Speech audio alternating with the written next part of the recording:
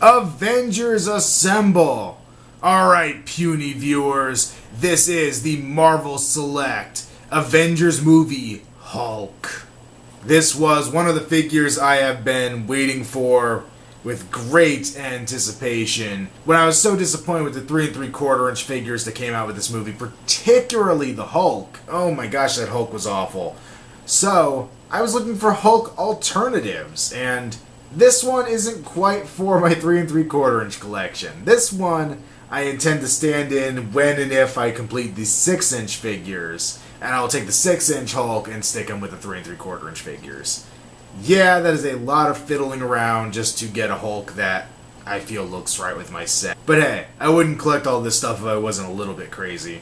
Now, Hulk is a massive figure. He comes in at around 10 inches tall, which is pretty damn impressive. This is also my first Marvel Select figure, and I've always kind of hemmed and hawed over the line because I didn't like the fact that they were more at a 7-inch scale instead of the 6-inch scale, so they didn't really work with Marvel Legends. But the plus side is when they're doing big characters like this that are a little harder to call on the exact size, you can kind of fudge the lines a little bit. Hulk's head sculpt I really do enjoy. It's a pretty good version of the Hulk. That Mark Ruffalo mixed with pure Hulkness look that they got in the movie. He's got his black hair, he's got his teeth sticking out there. He's kind of an underbite, and the upper teeth, I don't know how well that will show up on camera, but the upper teeth aren't painted quite so well. He's got his green eyes recessed back in there looking all menacing. I love the facial expression they picked. It's a good Hulk face. But from pretty much any angle, he still looks good. I like it. I really do like the face sculpt. We come down a little bit, we get into the muscles of Hulk. He's got some giant veins bulging on his chest. He's got his Hulk nipples sticking out there. It's all the muscling detail really nicely done. His big, bulky arms. His back here. Hasbro's 3 3/4 inch Hulk ended up looking a little flabby. This guy is pure muscle. This guy is the one that you'd see on the front of a men's fitness magazine. As weird as that is. My biggest complaint with sculpting comes with the pants. There's really not a whole lot of detail on them. They're pretty just plain right there. It's got a seam going down the front, but no hint of a zipper or belt loops or anything like that, which I do believe are in the movie. They're actually even on the packaging for the figure. Come down here, he's got the shredded pieces. I would have really liked to see these as rubber pieces molded into the upper part to come down and actually flex when he bent his knee and not move with the sculpt, but that might be asking for a little bit from a company that does figures like this that are always more statuesque.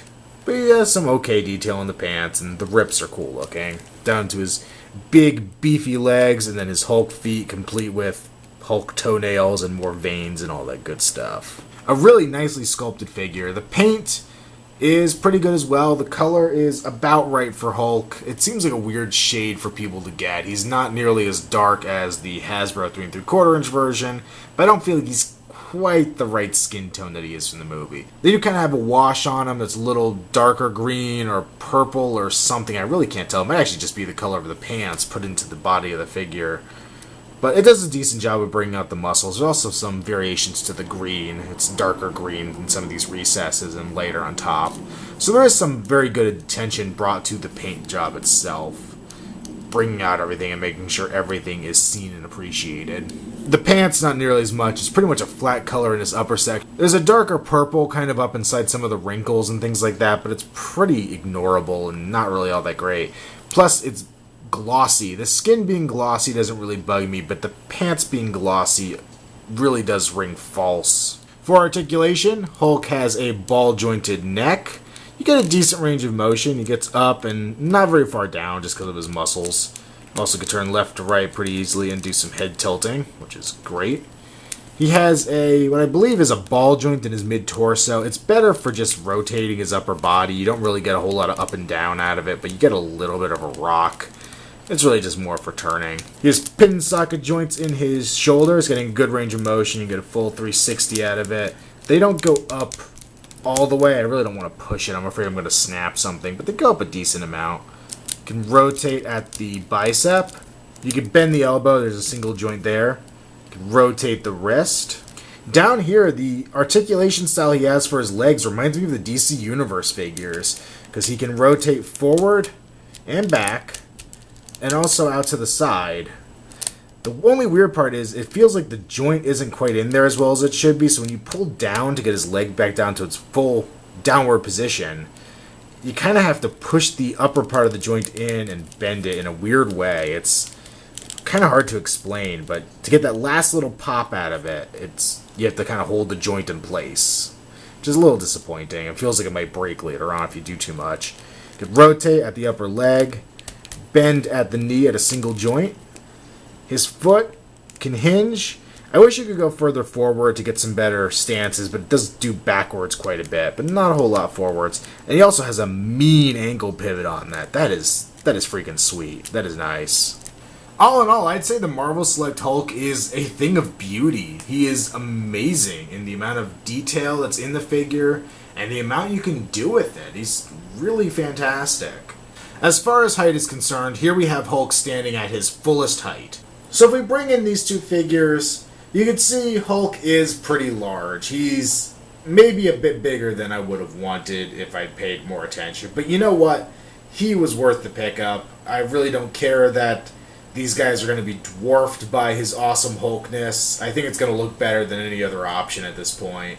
Plus, if we put Hulk in a deeper smashing stance, the height difference isn't quite as noticeable. I mean, it's still a good height difference between the two, but you know what? I think it's worth it. I really do. I know I keep kind of making excuses for it, but overall, I can't do anything but recommend this figure. He's totally freaking awesome. Now, obviously, if you want something more in scale with that, you can always go with the limited releases of the MarvelSelect Avengers figures. If you wanted to go the select route, I'm assuming you could put together a pretty decent little Avengers team in that scale as well, not just in the 6-inch scale. This has been another Outside the Box review. Stay tuned as we continue to delve into the world of Avengers.